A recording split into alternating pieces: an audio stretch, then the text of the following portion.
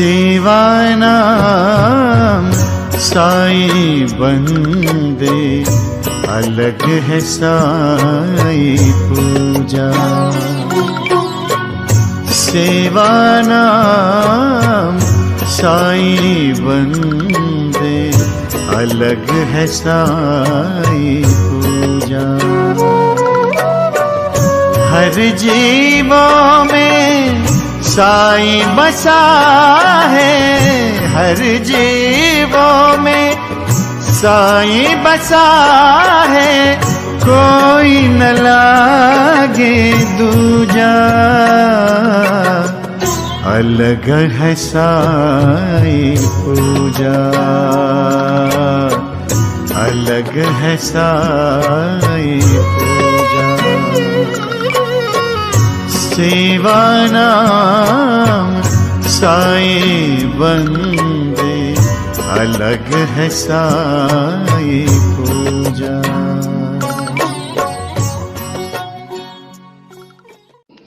Hello पूजा दी, मैं रेखा बोल रही हूँ। मैं दिल्ली की रहने वाली हूँ। शादी के बाद मैं नारनौल शिफ्ट हो गई, यानी कि मेरे पति नारनौल में रहते हैं। तो शादी के कुछ सालों बाद मेरी भाभी को पैरालाइज हो गया था। ये बात शायद 30 जनवरी की है, 29 जनवरी की है। एकदम में अचानक फ़ोन आया, मेरी भाभी को पैरालाइज हो गया। मैं उनसे मिलने गई, बड़ी अपसेट हुई क्योंकि मेरी एक ही भाभी है। अब मैं यहाँ पे आई, यहाँ पे मैंने अपनी दो रानी को बताया, जो मेरे ताऊ जी की बेटी की बहू है, उनका नाम पायल है। तो मैंने उनको बताया, वो बोली कि आप साईं के व्रत करो। साईं पे तो मेरी श्रद्धा शुरू से ही थी, मैं अपने भगवानों को मानती हूँ। और साईं का एक वचन मुझे बहुत अच्छा लगता था कि सबका मालिक एक है। मैं भी भगवानों को एक दिव्य शक्ति के रूप में ही देखती हूँ। तो ऐसा लगता था कि साईं जो मेरे मन में रहता है कि सब भगवान एक है, वो साईं के जरिए पूरा होता है। तो शुरू से ही श्रद्धा थी। मैं पहले भी 2 बार शिरडी गई हुई थी, साईं की वजह से पहले भी मैं ठीक हुई हूँ। तो पर मैंने कभी साईं के व्रत नहीं किए थे। ऐसी कोई मैं पूजा, मेरे घर में साईं की मूर्ति थी, उनकी सेवा करती थी, शिरडी से ही लाई हुई मूर्ति थी।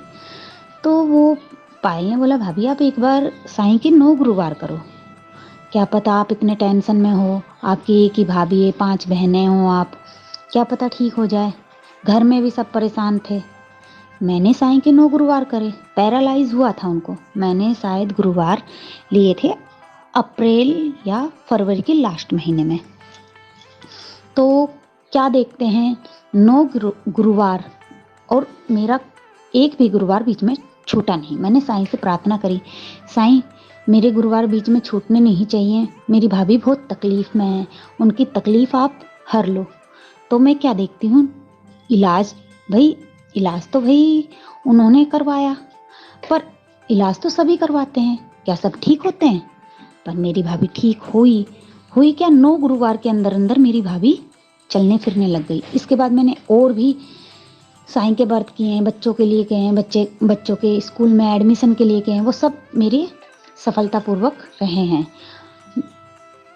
अभी भी एक चमत्कार और है, वो मैं बाद में बताऊंगी पूजा दी।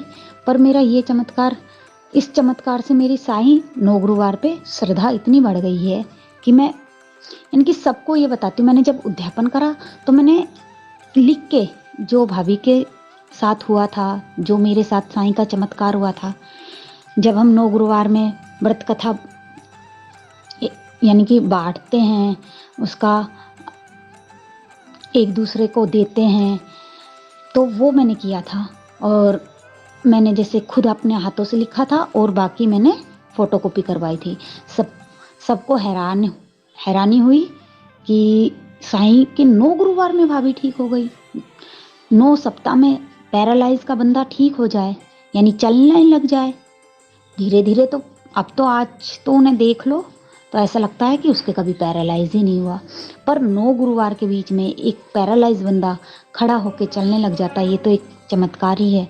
और मेरा मन तो साईं के ऊपर ही है, साईं ने ये चमत्कार किया। बस मेरी श्रद्धा साईं के 9 गुरुवार और साईं में इतनी रम गई कि अब मैं वो, यानी कि जो भी मैं भोले बाबा जी की भक्त हूँ। मैं बचपन से ही भोले बाबा जी को मानती हूँ। पर मैं यानी कि कान्हा जी, हनुमान जी, ये सब, पर मेरी एक अंदर से आत्मा कहती थी सबका मालिक एक, ना मालिक अनेक पर मालिक एक। ये चीज मेरे को साईं की बातों में भी सिमरण हुई। तो मैंने, और साईं कहते हैं कि अपने आप को एक चीज में सीमित ना रखो। आप शिव जी को मानते हो, दूसरे भगवान को पूछते ही नहीं, क्या हो गया? उनसे कोई सीख मिलती है, उनकी जो वो शिक्षा देते हैं कि गरीबों की मदद करो, मासूम जानवरों की, बेजुबान जानवरों की सेवा करो, वही तो मेरे साईं बताते हैं। हिंदू मुस्लिम का भेद मत देखो, इंसान तो मालिक ने ही बनाए हैं ना। तो ये सब बातें जो मेरे मन में चलती थी, वो साईं की बातों में मिली। तो मेरी श्रद्धा साईं पे तो थी ही शुरू से, पर भाभी के ठीक होने पे दृढ़ हो गई, बिल्कुल दृढ़ हो गई।